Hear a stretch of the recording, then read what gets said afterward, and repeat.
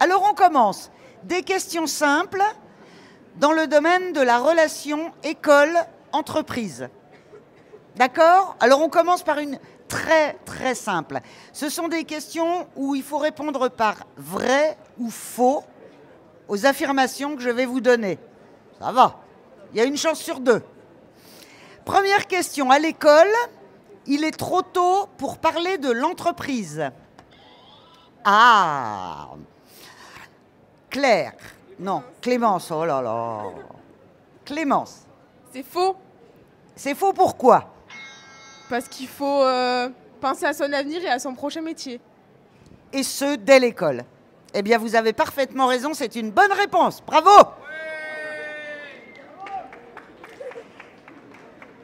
Deuxième question. Quand je fais un stage ou une période de formation en milieu professionnel, en entreprise, ce n'est plus de la formation.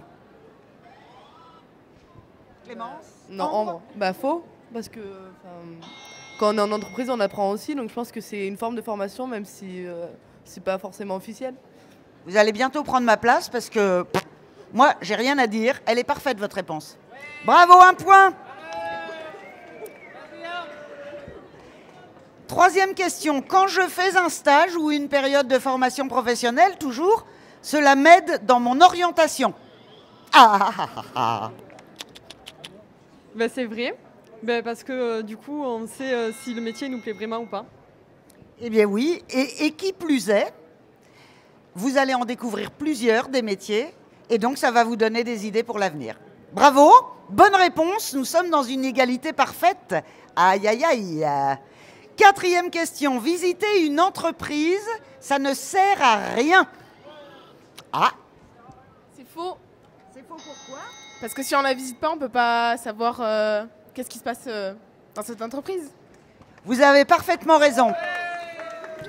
Visiter une entreprise, ça sert à découvrir les métiers, mais ça sert aussi à travailler votre savoir-être, à découvrir les codes de l'entreprise. On ne va pas en entreprise en jean déchiré et la casquette à l'envers. Voilà. Bon, c'est des codes. On peut en penser ce qu'on veut, mais ils sont à respecter. Bravo. 2 points. Hop là. Cinquième question. Participer à un forum sur les métiers, ça ne sert qu'à se promener. Oui, oui, oui. Faux, C'est vrai. Non, c'est faux parce que non, mais parce qu'en fait, ça va nous faire découvrir d'autres métiers qu'on ne soupçonnait pas forcément et du coup, ça va nous aider encore plus pour l'orientation.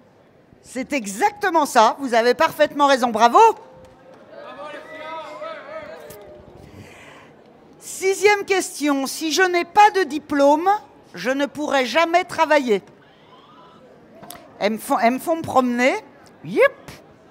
C'est faux, parce que même sans diplôme, on peut faire de nombreuses formations, après lesquelles il y en a plein. Enfin, je n'ai pas d'exemple particulier là, mais...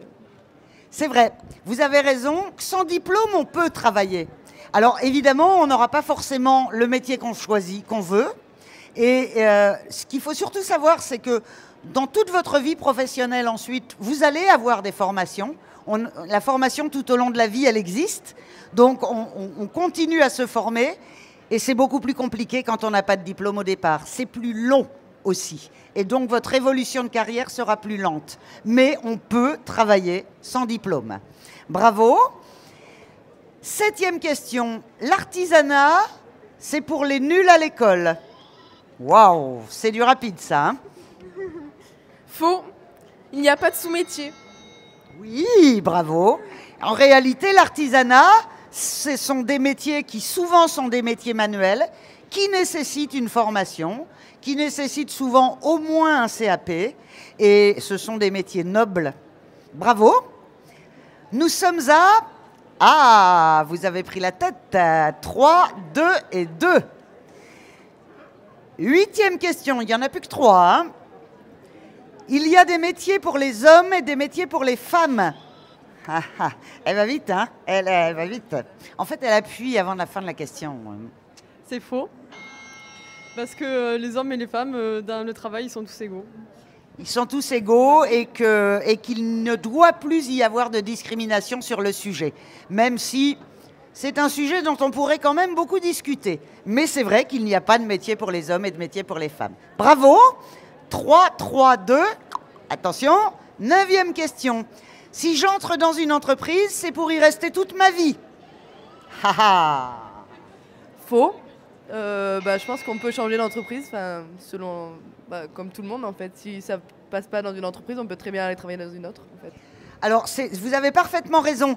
En fait, il y a encore 40 ans, souvent on entrait dans une entreprise et on y faisait toute sa carrière. Aujourd'hui, c'est faux. Alors, soit on quitte l'entreprise parce qu'il y a une mauvaise ambiance, parce que ça ne nous plaît pas, parce qu'il peut y avoir ces raisons-là. Il peut aussi y avoir l'envie de voir autre chose, de connaître d'autres métiers, d'autres structures, voire de partir à l'étranger. Donc, vous avez raison. Nous sommes... Alors, là, on est dans une configuration magnifique. 3 points partout. C'est la dernière qui va vous départager.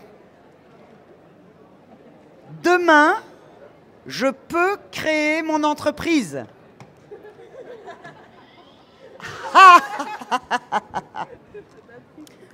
Oui, si j'en ai l'expérience et l'envie, je peux créer mon entreprise.